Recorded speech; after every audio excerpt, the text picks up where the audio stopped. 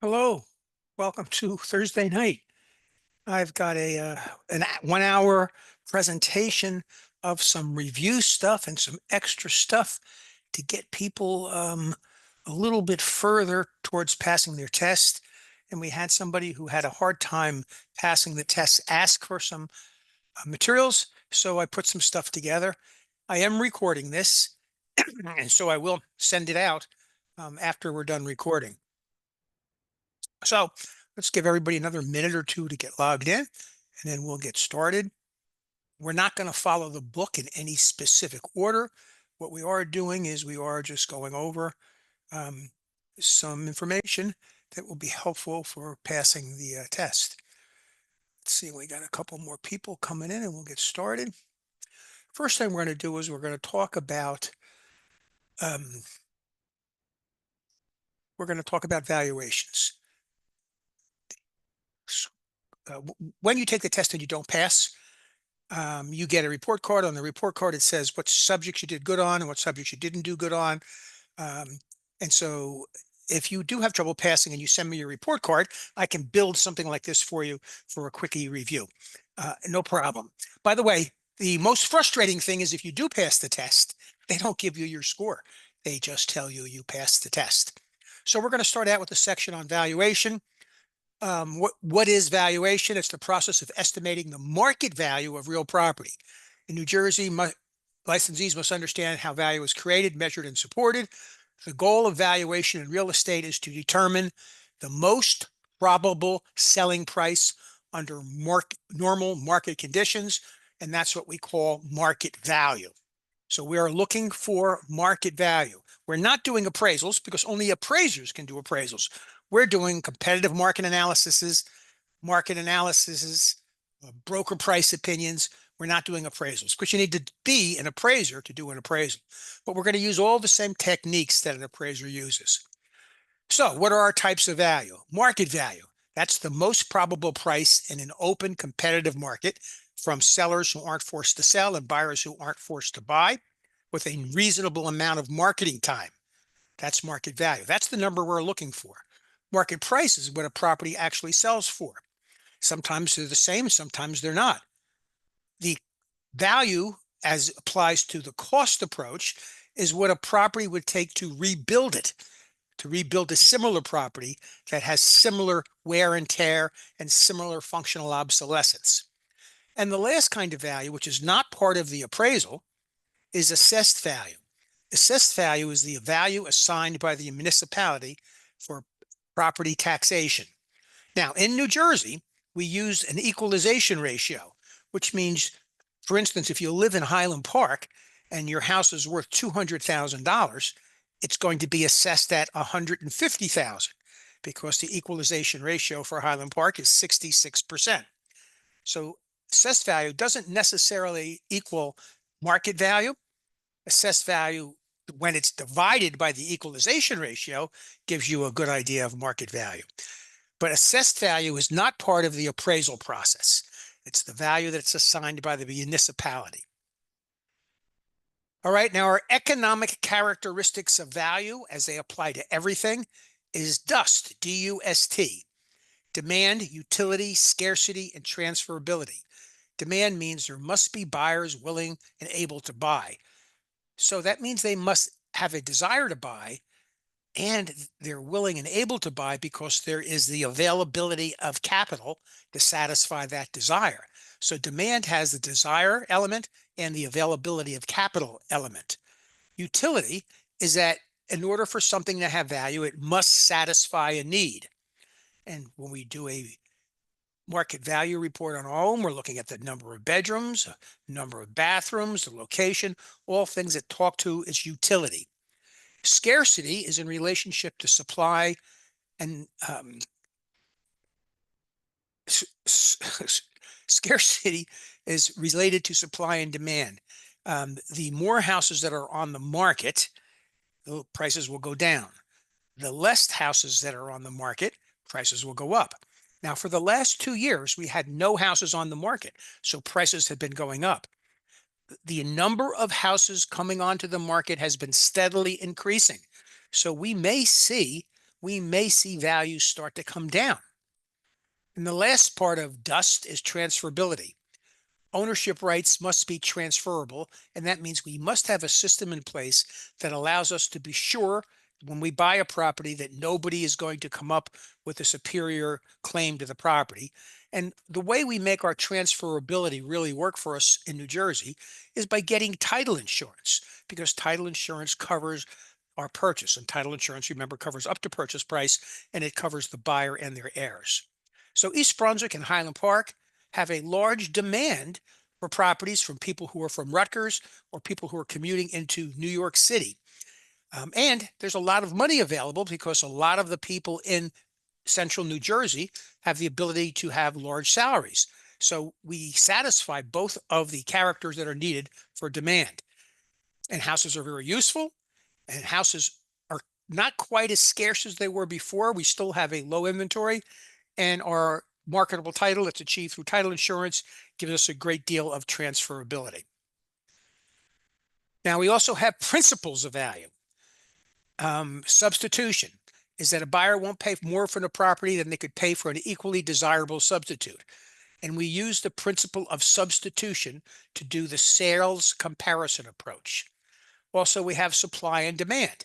Low inventory with many buyers, which is what we had for the last 2 years, prices rise. High inventory with very few buyers, which is what we had in 2010, makes prices fall. New Jersey's tight market is a great illustration. Low supply drives up pricing in towns like Highland Park, Edison, and East Brunswick. The next principle is the principle of conformity.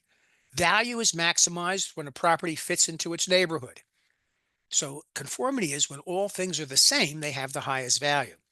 And remember, there's two subsets of conformity: regression and progression. Progression is when you buy the crummiest house in the nicest neighborhood, and the nice houses pull your value up. Regression is when you buy the nicest house in the crummy neighborhood, and the crummy houses pull your price down. We also have the principle of value of contribution, and that's a feature only adds value equal to what buyers are willing to pay for it. For example, a $40,000 kitchen remodel is really only going to increase your market value by about $20,000. There is only one thing in the principle of contribution that consistently pays you back more money than it costs to do, and that's installing hardwood floors. The next principle is highest and best use. This use provides that the maximum value is when the property is used for its highest and best use. That use that provides the maximum value legally and physically possible, very important in New Jersey, where we have really strict zoning, and we have zoning changes that come about quite often that can affect land value. Okay, a couple of quick quiz questions. Which type of value represents the most probable price a property will bring under normal conditions? And the answer is market value. Market value. The next quiz question is: the sales comparison approach is based on which principle? And the sales comparison approach is based on the principle of substitution. A property is only worth what one can be easily substituted in its place for. Number 3, in New Jersey, which approach is most appropriate for valuing a 10-unit apartment building? And remember, if we're doing a 10-unit apartment building, that's an income-producing building, so it's going to be the income approach. And the formula for income approach is value by income is equal to the net operating income divided by the capitalization rate. Value is equal to NOI divided by cap rate. Which of these is not part of the economic characteristics of value, which we know is dust? Which one of these is not part of dust? Well, trend analysis. That has nothing to do with the economic characteristics of value. The T in dust is transferability. So trend analysis does not belong there. All right, now we're going to hit a little bit of math. Real estate math is not advanced math. It's usually just plug and play formulas that require careful reading. A couple of quick things about math is APR, annual percentage rates, is usually by the year. Your mortgage payments are usually by the month. Returns on investment are usually by the year. So we always have to make sure that we're using consistent units. You can't have the numerator in an equation be months and the denominator be years. It's going to give you a wrong answer. So you always have to convert things to consistent units. And to be honest, it doesn't matter whether you make those consistent units the year or the month, as long as everything is consistent units. And you remember that APR means annual percentage rate. That's the amount of interest that's charged over the course of a year. And most questions that are about how much your monthly payment is going to be is based on a monthly payment. So if your amount of your earnings is $12,000, well, that means your earnings are $1,000 a month. So again, we want to make sure that we have consistent units. So let's just do some easy math. If you earn a 6% commission and you sell a house for $300,000, how much is your commission? And believe me, when you get your licenses, you will be able to do this in your head. When you get out of your car, start walking to show the house, you're going to do it in your head and you're going to figure out how much money you're going to make on this particular deal. That's going to be the first thing that goes in your brain. So again, 6% is, we write it as 0.06 times 300,000 is going to give us a total commission of $18,000. Okay, really simple one. Formulas that you need to know for the test, and that's that the commission is equal to the sales price times the rate of commission. How much money you're going to get in a transaction is equal to the total commission times whatever your split percentage is in your employment agreement. And remember, your employment agreement has to spell out what your split is going to be. Now, one of the things that is difficult sometimes to calculate is, most times your agent split, let's say if you're Keller Williams has normally a seven. It's not writing for me tonight. Wrong kind of computer. Keller Williams normally has a, let's do this differently because I don't want to make my math too hard. Let's say you're going to work for a company. I want to make my marker a little bit bigger. And you're on a 60-40 split, okay? So the 60 means 60% goes to you. The first number always goes to you. And the 40 goes to your broker.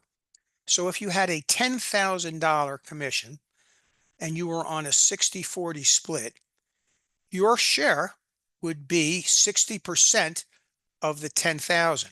So your share would be $6,000. Now, the test tries to confuse you. And what they'll often say is that you are on a 3-4 split.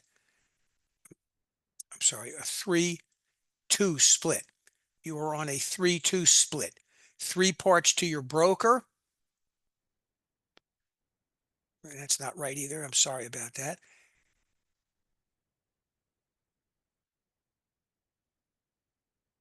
Three parts to you, and 2 parts to your broker. So if it's 3 parts to you and 2 parts to your broker, sometimes they'll express it as a 3-2 split. And if you're thinking about what percentage is that, well, that would put you at a 60-40 split. Why is it 60-40? Because there's a total of 5 parts and you're getting 3/5. You're getting 3 of the 5. 3/5 is 60%, and your broker is getting 2/5. 2/5 is 40%. So sometimes you'll see your split expressed on the test as a 3-2 split. You got to remember that that's a 60-40. And usually they're not going to do a 70-30 split using that example because it makes the math just one step harder because it's going to depend where you round it off.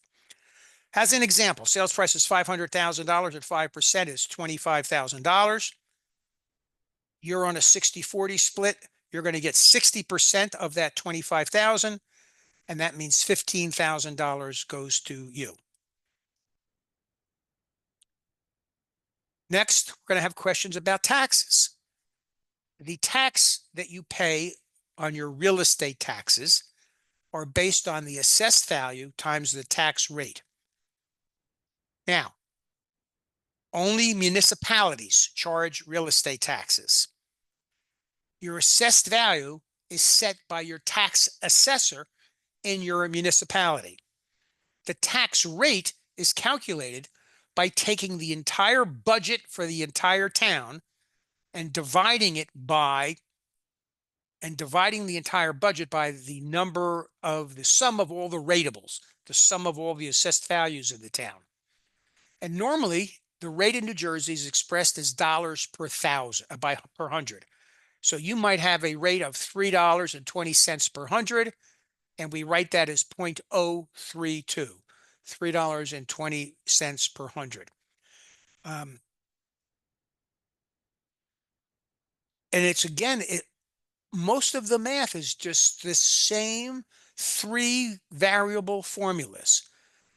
You know, tax would be the revenue, assessed value would be the price, tax rate would be the rate, commission that you earn would be your earned commission, would be the value of the house times your commission rate, the interest that you pay on a loan, the earnings for the lender would be the amount of money you borrowed times the rate of the loan.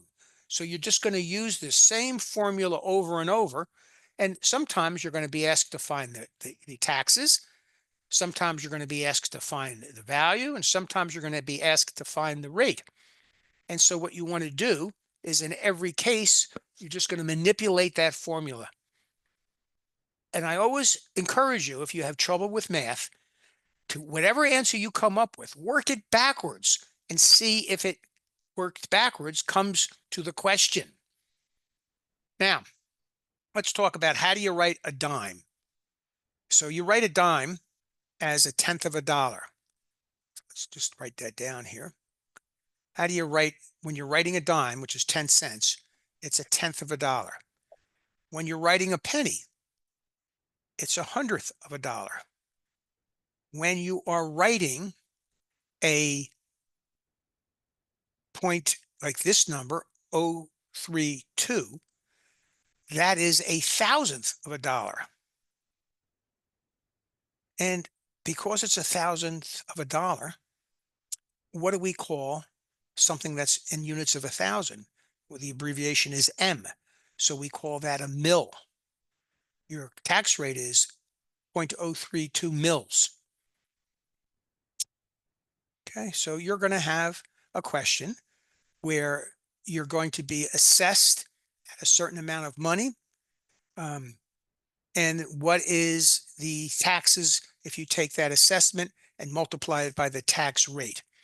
Remember, your assessed value is made up of two components: your land assessment and your improvement assessment. You're going to have a lot of what we call prorations. Usually on the test, at the beginning of the test, they're going to give you a little statement that says, assume 30-day months.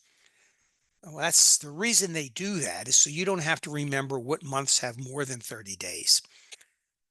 You know, you used to have to say 30 days have September, April, May, and November. All the rest have 31, except for February. Or there's the other trick of counting the months on your knuckles. But you don't have to worry about that because they're going to tell you assume 30-day months. And what we're looking at here is certain costs that are supposed to be paid, and maybe they're not. Like your taxes. If your taxes aren't paid and you're selling your house, well, that means that you're going to be having the advantage of living in your house for part of the month without having had to pay the taxes. And it means that the buyer is going to have to pay the taxes for the whole month without having the benefit of living in the house for those months. So in that case, if the taxes are unpaid, it's going to be a debit to the seller and a credit to the buyer. What about rent?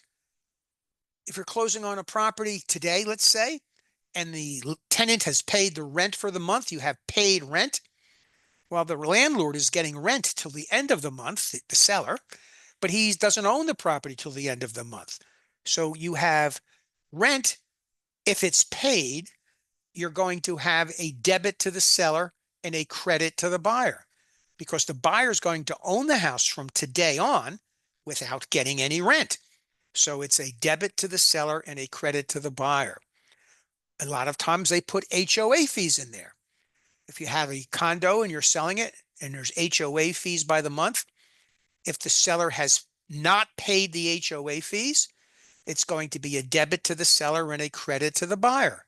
What happens if the seller has paid his HOA dues? That means he's paid them for the entire month, but he's only living in the house up until today. So if the HOA dues are paid, excuse me, if the HOA dues are paid, then it's a credit to the seller and a debit to the buyer. Now, there's one other thing you have to be very careful about, and that's interest.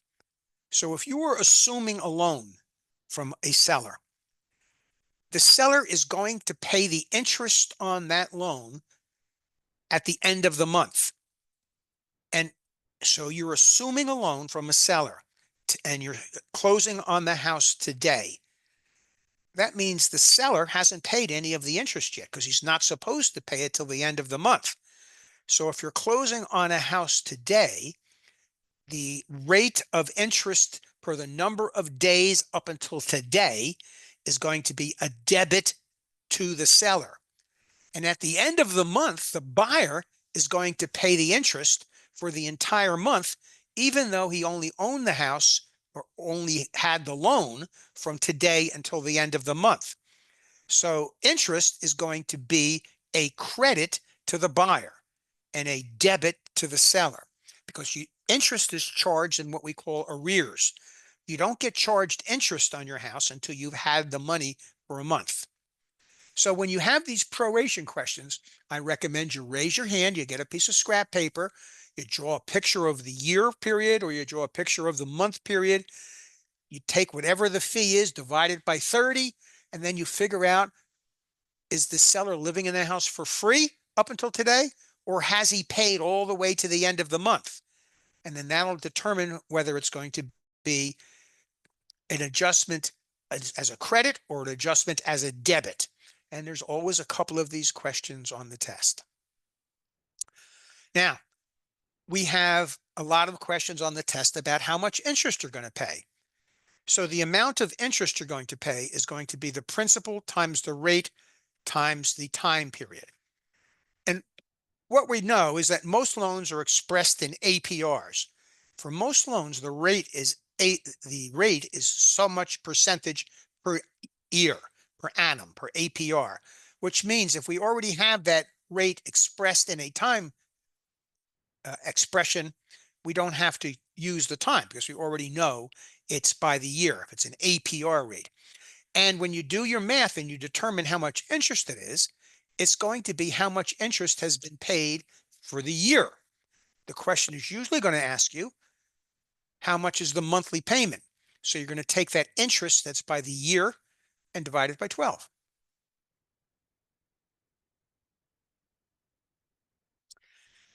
All right, next we have our value by income. Value by income is equal to the net operating income divided by the cap rate. And we would use that for an apartment building. What is NOI? What is the net operating income? It's the amount of rent that the building is generating minus expenses. What are expenses? Utilities, insurance, vacancy factors. What do you not include in the expenses? You do not include debt service, because how much you owe on a property has no relationship to what that property is worth to me. So no debt service. Now, we have an NOI of 60,000 and a cap rate at 6%. We take 60,000 and divide by 0.06, and we come up with a value of $1 million. What happens if we bring our cap rate up to 70,000? The cap rate goes up. I'm sorry, the NOI goes up. What if we bring our NOI? What if we bring our NOI up to 70,000? Now we're going to do 70,000 divided by 0.06. And if we do 70,000 divided by 0.06, now we're going to do 70,000 divided by 0.06.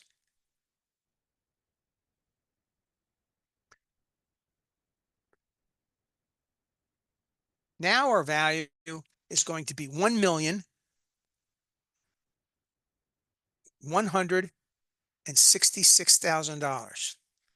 I'm working at a different computer tonight, and the mouse is way too sensitive for me. So our value has gone way up, right? By increasing the NOI. So when we look at this equation, by the way, if the NOI goes up, the value goes up.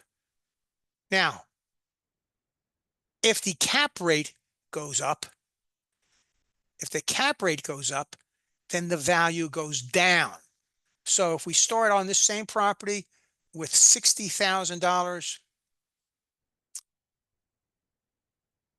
in NOI, we start with $60,000 in NOI, and now the cap rate is going to go up to 7%. We write that as 0.07. And now if we take $60,000 and we divide by 0.07, now our value is equal to $857,000. So if our cap rate goes up, our value goes down because they're inverse proportions, because the cap rate is in the denominator and the NOI is in the numerator. So they're inverse proportions. So if the cap rate goes up, the value goes down. And usually on these test questions, when they change the cap rate or change the income, the answers are going to be, one answer will be goes up, one answer goes down. You can eliminate the ones that go the wrong direction, and now you only have to guess between two potential answers.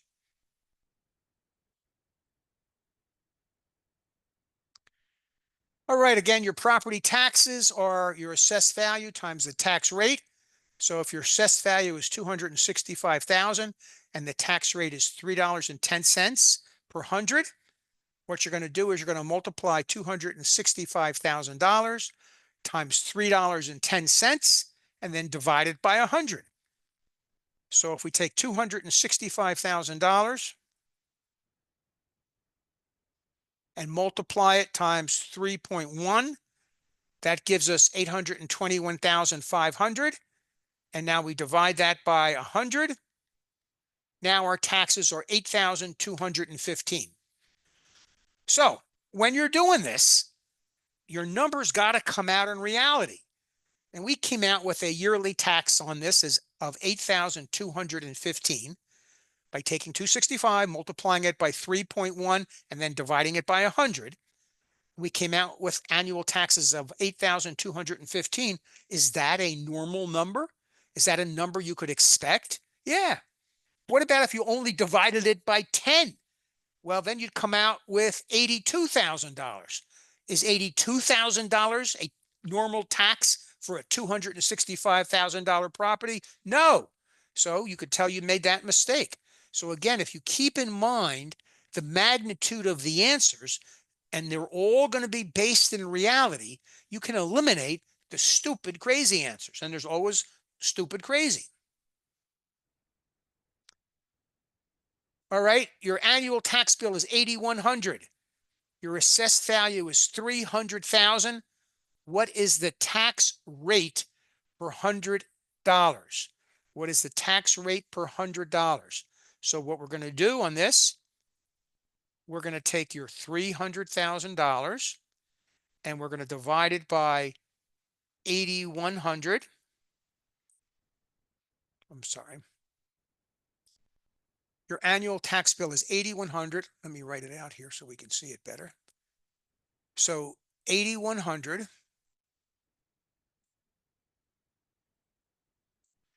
How do you get that? You get that by multiplying the rate, your tax rate, times the assessed value,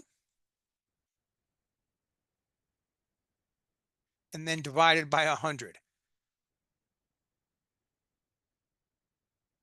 So the $8,100 in taxes is equal to the rate of taxes, which is what they're looking for, times the assessed value, which is 300,000, divided by 100. So what we're going to do is we're going to, first of all, multiply both sides of the equation by 100. And if we multiply this side of the equation by 100, they cancel out. But what we do to this side, we have to do to this side. So we're going to have to multiply this side of the equation by 100. And then we're going to divide this side of the equation by the assessed value, which is 300,000.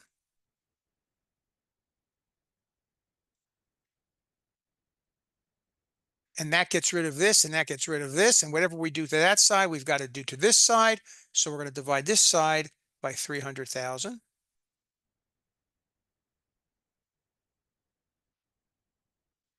And so now we have 100 times 8,100 divided by 300,000. And we have a rate of, that gives us a rate of 2.7. That gives us a rate of $2.7 per 100. Gives us a tax rate of $2.7 per 100. And again, all we do is have that same 3-variable formula over and over again.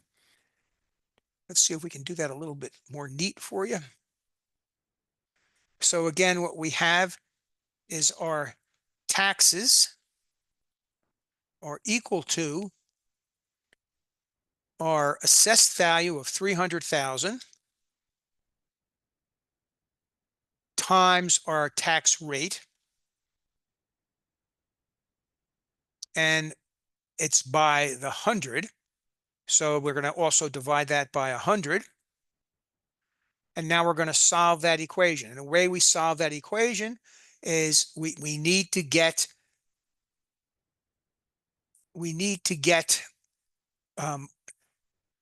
the information on the correct side. And we're looking for the tax rate. So we want to isolate rate. And the way we isolate rate is we divide both sides by 300,000. And we divide this side by 300,000. 300,000 divided by 300,000 is 1. So that gives us our taxes. And we have to do the same thing to the other side, divided by 300,000. Okay. And now we have to get rid of the 100. So we got to divide both sides of the equation.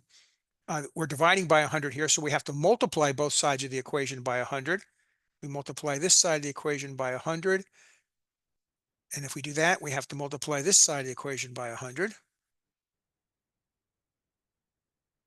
And our annual tax bill is 8,100. We know that. So our rate is going to be, again, 8,100 divided by 300,000 times 100. And same thing again, it gives us 2.7. And then that means our rate is 2.7 mil.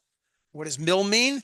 It means $2.7 per $100 for the tax bill. Again, it's just that same equation with 3 variables, and you're going to get 2 of them, and you're going to have to solve for the third.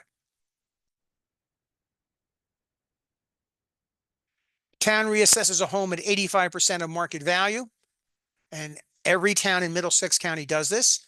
They assess you at a different number than your market value. And in this case, they're telling you that you're assessed at 85% of market value. If your market value is 400,000, your assessed value is going to be the 400,000 times 85%. The 400,000 times the 85%. So it'd be 400,000 times 0.85, and that would get your answer? Yep. So your answer is your house would be assessed at 340,000. Now, there's a reason the towns do this, by the way. One of the reasons is they don't want to have to reassess the entire town every year. And so those equalization ratios kind of adjust for market values going up or going down. Once every 10 years, Highland Park did it a few years ago, they reassessed the entire town. And when they reassess the entire town, everybody is at 100% of market value that first year because they've just reassessed you at full market value. As years go by, then that, Every year, every township levies 2% tax raise on every house in every town. Is that true or no? no, each municipality charges its own taxes. Each municipality has a different equalization ratio.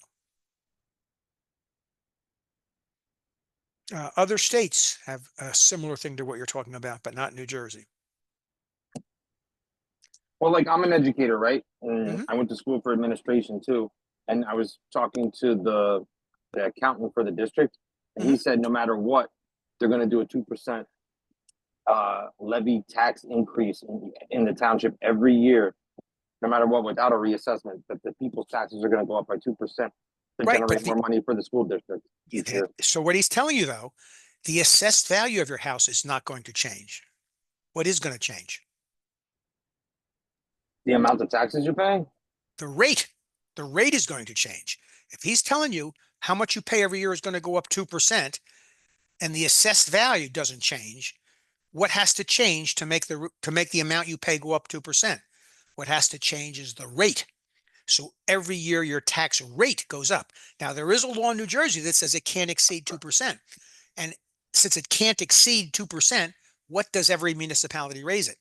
2%, right? Right. Like Montclair and Tom's River were both at a deficit, and they wanted to raise the taxes in the township to 22% on the property taxes or something like that. And then the towns voted against it. So then put the district at a deficit. I don't know if you heard these stories. And so what happens then, and Lakewood is one of the prime examples, the Orthodox community took over the school board by winning all the elected positions for the school board.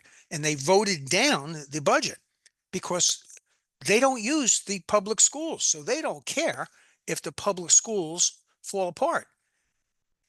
They don't want to have their taxes pay for the public schools they don't use. And so what did they do that's smart? They ran candidates for school board and school board sets the budget to some extent. Um, so, So again, in that situation, is Lakewood Public Schools going to close eventually because they don't have the funds? actually what's going to happen is they're not going to have school buses. That was the first thing they're going to cut. And again, the Orthodox community doesn't care because they don't go to the public schools.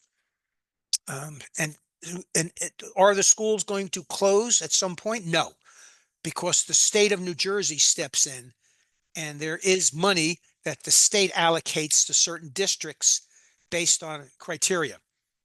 And in the past, it's been very unfair because if there is a Republican as governor, like Governor Christie, he gives more money to the Republican school districts. And when Murphy is the governor and he's Democrat, and now Mickey Sherrill is a Democrat, they will change the way they hand out that money, and Democrat school districts will get more money. Um, it's just a political game, and it's a nightmare the way we do this stuff in New Jersey. It's unfair to the kids. Um, the alternative, by the way, is to not have every municipality having its own school district, its own superintendent of schools, or multiple superintendents, and having a statewide one. But New Jersey is diverse enough so that the people who live in South Jersey, down in Cape May or Burlington counties, they're not the same sensibility and education level as the people who live in Middlesex County, which is a very highly educated county and higher incomes. New Jersey is a very diverse state. So again, what's the moral of the story? Run for school board. Run for school board. Jane Mueller is a real estate agent in East Brunswick. She's one of the top agents. She's one of my great friends and a great real estate agent.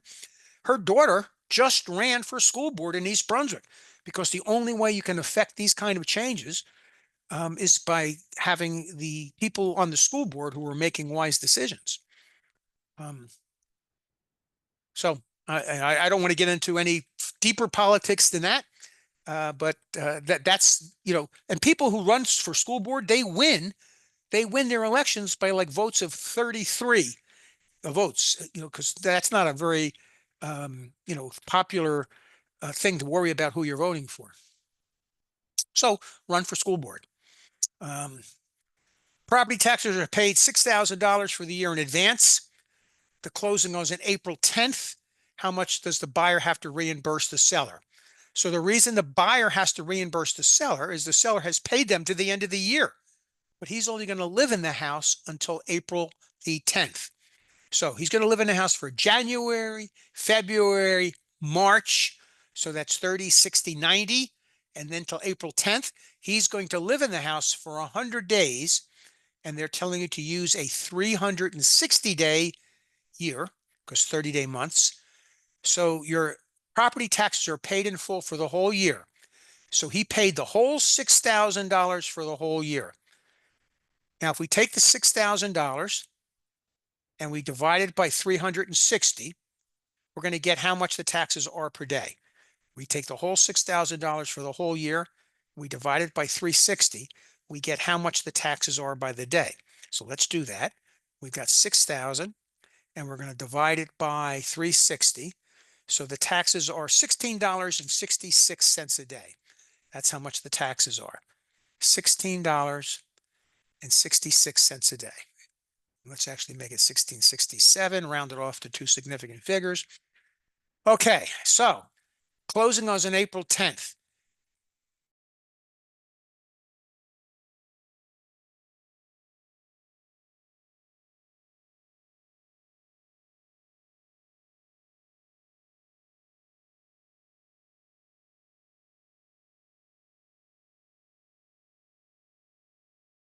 $260. That means that the seller is going to have to get reimbursed $43.33. So the seller is going to have a credit. The seller, because he's paid him for the year, is going to have a credit of $43.33. And now the buyer is living in the house from April the 11th all the way to the end of the year without having to pay taxes because they're already paid. So that same $43.33 in terms of the buyer is going to be a debit to the buyer. So that same $43.33 is going to be a debit to the buyer. And why is it a debit to the buyer? Because he's living in the house from April the 11th until December 31st without having to pay the taxes because the seller already paid them.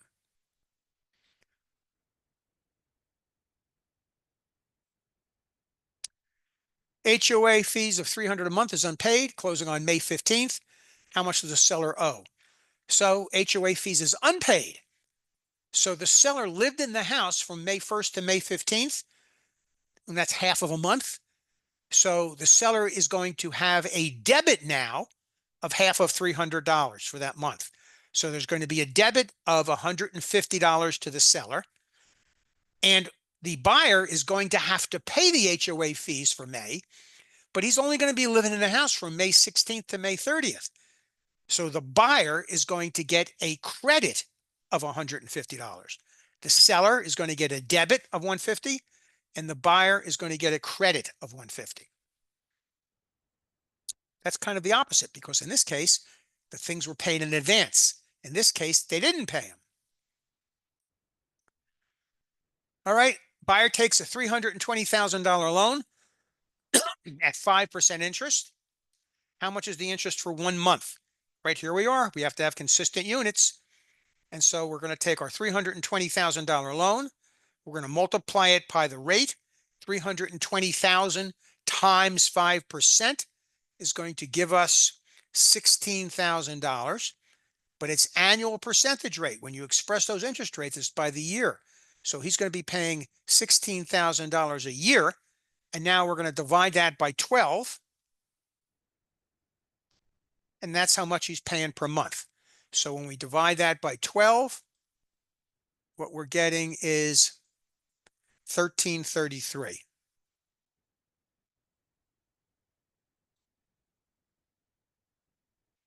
Okay. Now they will have an answer where you forgot to divide by 12. One of the answers that will be incorrect will be 16,000. because all of the answers that they put on there aren't silly. They're all answers that you would have if you made a mistake in the math. All right, a building generates NOI of 90,000, cap rate of 6%. So value by income is the NOI divided by the cap rate. So it's going to be 90,000. And that's a 9. 90,000 divided by 6%, 0.06. So what's our value of our building? 90,000 divided by 0.06. Our value of our building is $1.5 million. $1.5 million. Now, I just want to go back to taxes for a second. I'm looking at 2 properties in South Carolina I'm thinking of buying, and the taxes are $1,500 a year. So, okay, New Jersey sucks. We all know that. But why are the taxes so much different in South Carolina than in New Jersey? One of the reasons is they have personal property taxes in those states. So we don't pay personal property taxes in New Jersey. In South Carolina, in order to register your car, you've got to pay a personal property tax on your car every year. You remember George Floyd, the guy who got killed by the policeman, and the policeman got found guilty, or all went to trial, big court case. Do you know why they pulled George Floyd over initially? And it's because he hadn't paid his personal property taxes on his car. And so when you pay your personal property taxes, you get a sticker you put on your windshield to prove you paid them. All right, a duplex brings in $3,000 a month gross rent. Expenses are $800. What's the NOI? So we're going to take 3,000 times 12. That's 36,000. And then we're going to subtract from it 800 times 12. So we're going to have 36,000.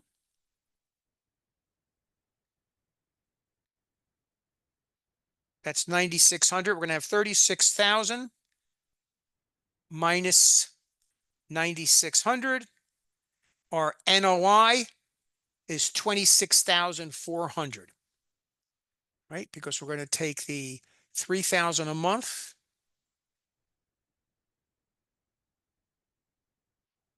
and multiply it times 12.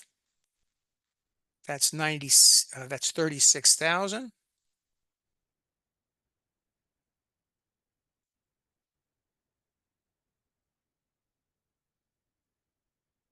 And then we're going to take 800 times 12 is 9,600. So we're going to subtract 9,600 from 36,000. And that's going to give us 26,400. So our NOI is 36,000 minus 9,600 is 26,400. That's our NOI, 26,400.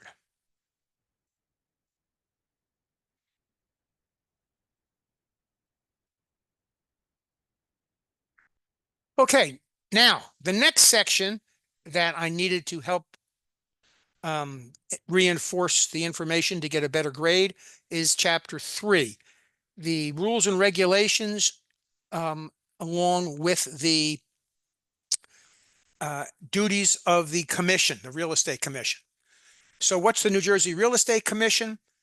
It's a state agency that regulates the real estate industry, enforces licensing laws, and the most important part is to protect the public. The New Jersey Real Estate Commission operates under the Department of Banking and Insurance, DOBI.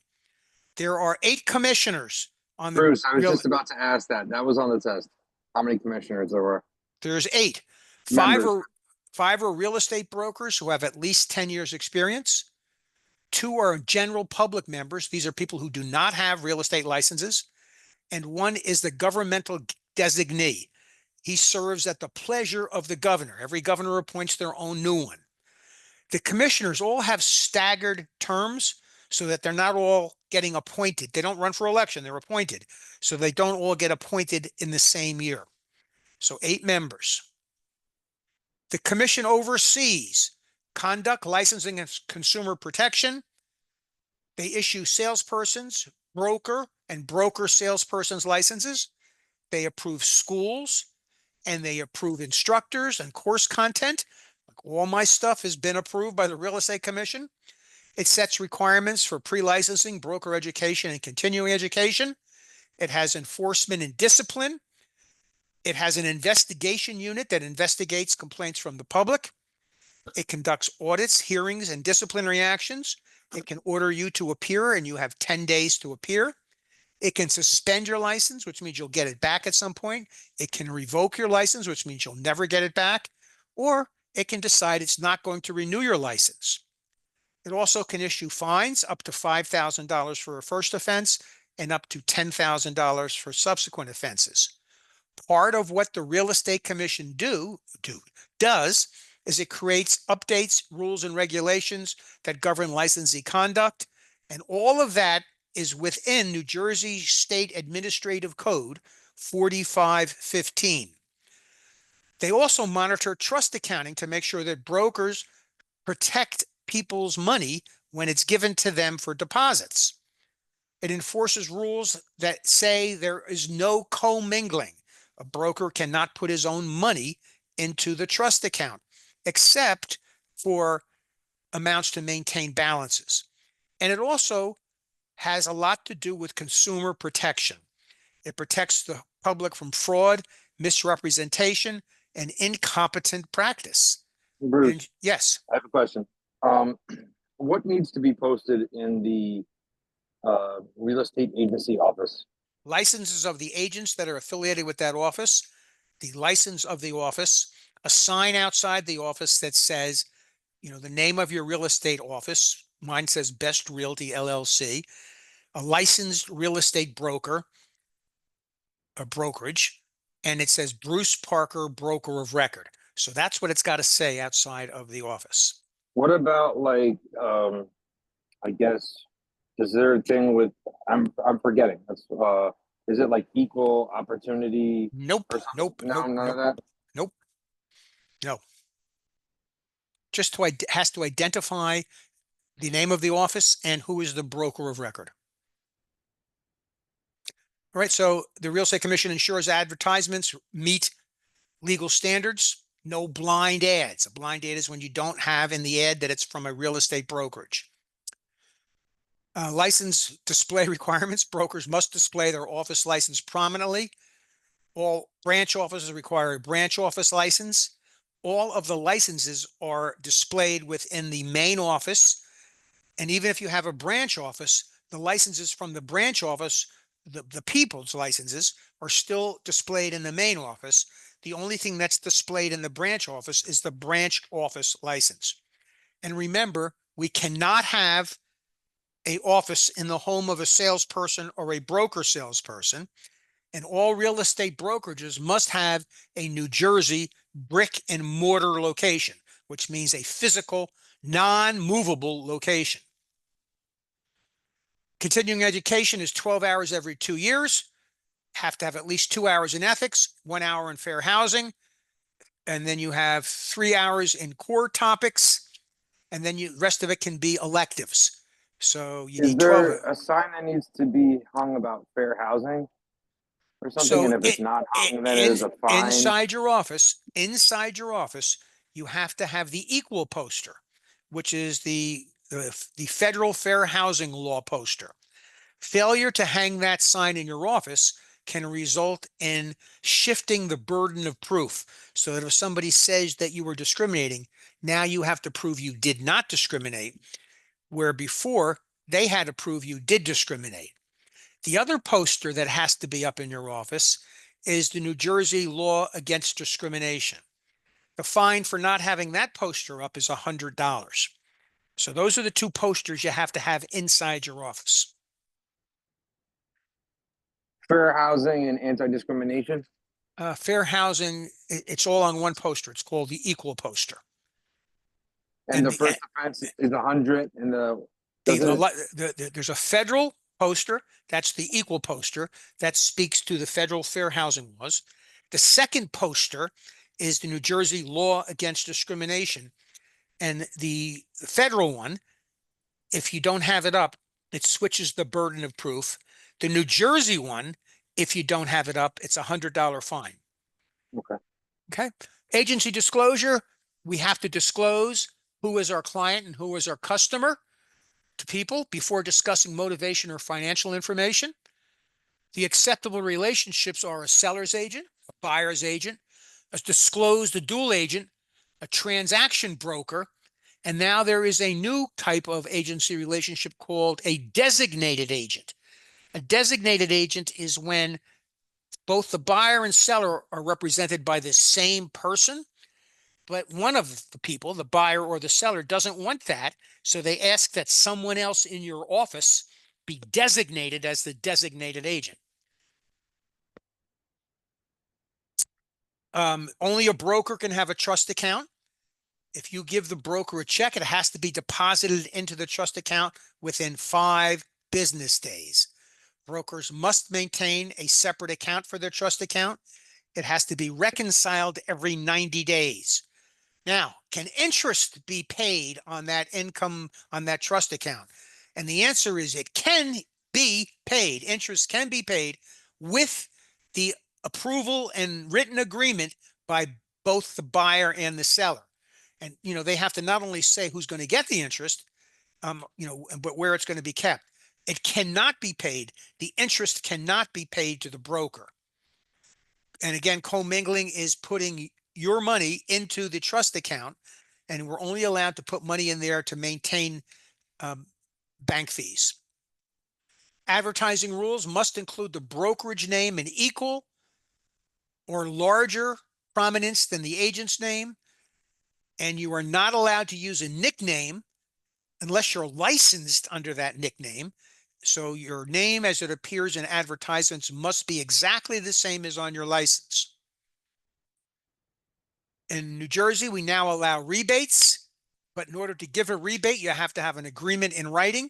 The rebate has to be disclosed to all parties, and it can only be paid to the buyer and only on residential sales. All parties have to be made aware that that rebate might be a taxable event because you're giving somebody money. So you might have to report it to the IRS. Compensation. A salesperson can only be paid by their employing broker. They cannot be paid directly from a client. And any money that comes in, you've got to give to your broker, and your broker pays you based on what your employment agreement says. New Jersey Real Estate Commission's primary mission is consumer protection. It isn't there to help us as agents. It ensures professionalism in the industry by regulating licensing requirements, ethical conduct, brokerage operations, trust accounting, advertising, education providers, investigations, and disciplinary actions. If you are convicted of a crime within 30 days, you need to let the Real Estate Commission know. If you are charged with burglary, forgery, or theft by deception, you have to let the Real Estate Commission know when you are charged. We don't have to wait until you are found guilty. All right, now the last thing we're going to go over is land use. Land use laws determine how property in New Jersey may be used. These rules protect public health, safety, and community planning. 4 major players influence land use. The federal government has rules. The state government has rules through things like the New Jersey DEP or the Pinelands Commission. Local municipalities have rules. And then you have private restrictions that may be created by HOAs or deed restrictions or PUDs or PUDs.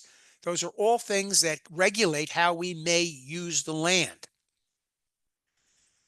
We do not have complete control over our bundle of rights. It would be nice if we could do whatever we wanted with our real property. Instead, we have government powers that say certain things we can and can't do. These are the governmental controls of real estate, and we do that by the acronym PEAT. Police powers, that's like zoning and planning, building codes, environmental regulations, That's P for police powers. The first E is for eminent domain.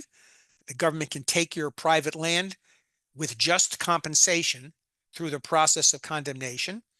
Taxes are in New Jersey. You pay your taxes to your municipality. If you don't pay your taxes, your property can be taken away from you from a tax lien sale. And even if your tax liens, even if the liens for not paying your taxes are not recorded, they jump to first position.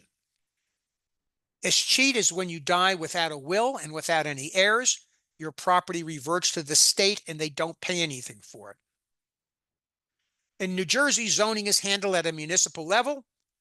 Every town has a master plan, which has to be updated every 6 years.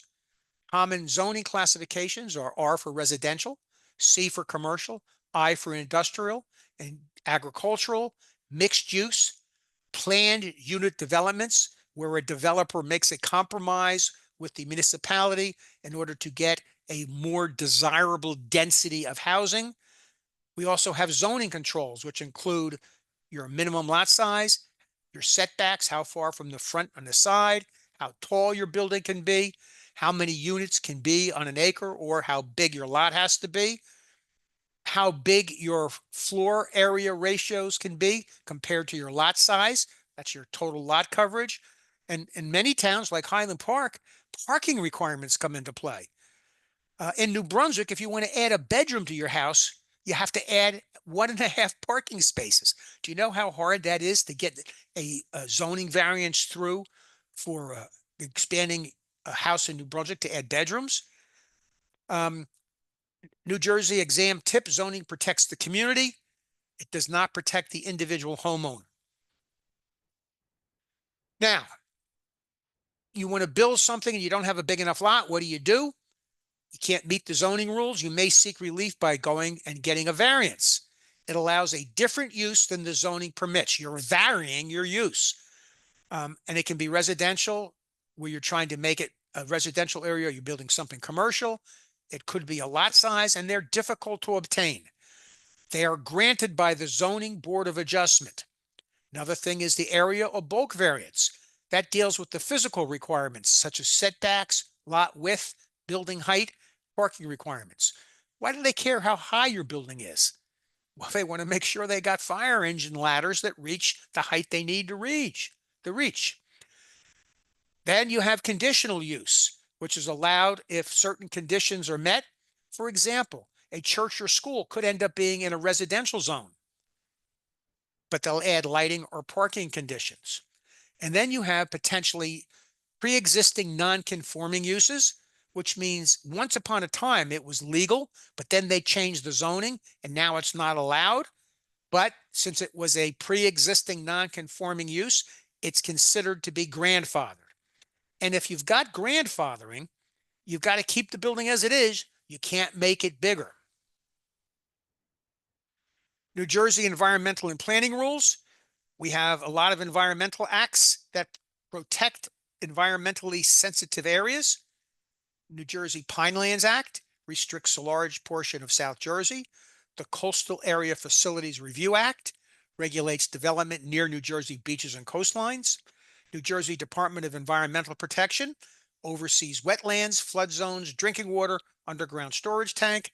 And the Highlands Water Protection Act, that protects the land in the northern Highlands region and, the source of the Delaware River. We can also have private land use controls like deed restrictions, which are also called restrictive covenants. They may control architectural style, like in the Sleepy Hollow of Plainfield. Houses have to look historically correct for the 1900s. Lot use, building materials, etc. If you have a condo or if you have a PUD, a PUD, you'll also have a homeowners association, which will set rules and tell you what you can and can't do. You also might have a private use control that's an easement, which gives someone else the legal right to use your property. Like my next door neighbor has an easement over my property. He is the dominant estate. I am the servient estate. You can also have an easement in gross, which means you have an underground sewerage line or overhead wires that are crossing over your property. Usually those are created by eminent domain through the process of condemnation. Keep in mind that on the exam, private controls like these things do not override government controls. Government controls are the strictest rules, and the strictest rules apply. That's it. And I hit just about exactly an hour. I hope that passes you on your test. I'll email this to everybody because I recorded it, and you can watch it again. I think it Bruce, I ended got up one being more good. question. Yep. One more question before I let you go. For is there like a question on mold or how much mold or how you could treat mold Well, there is on the test? no acceptable level of mold. Mold is where it is. There's no law that says you have to remediate for mold. How do you remediate for mold? You remove the moisture that caused it. You might replace all the sheetrock, or you might wash it with bleach and water, or hydrogen peroxide and water, or a moldicide. But you have to remove the moisture source. What about radon? How many parts per Radon, million? you don't have to remediate for radon. The, the, the generally accepted level of radon is 4 picocuries per liter. FHA will make a seller remediate for lead paint or peeling and flaking paint over a building that was built pre-1978, but they're only making that as part of the condition to get the loan. It's not a law or a legal responsibility. It's just part of the condition, what they're saying you have to do to get the loan. I have one more question. I signed out of your class on 12/16/2024, and you said I had a year to pass the test, get fingerprinted, and hang my license. So is that even possible at this point? Sure. Go take the test. We I'm can taking get the your, test, pass the test, then get fingerprinted, then hang the license, yep, right? we can hang your license for you overnight. So, Okay. all So right, take the how long is test as the soon as you can. And if you don't pass, take it again as soon as you can. how long is the fingerprinting process? Um, 10 minutes, Oh, but how long does it take to get back to you? 10 minutes. Oh, okay, cool. All right. Thank you so much, Bruce. Appreciate it. All right, guys, we'll see everybody on Tuesday. We had a good Have a good one. attendance tonight. I appreciate that. You guys really want to pass the test. Thank you very much, and I'll see you on Tuesday. Thank you. Bye bye. Bye-bye.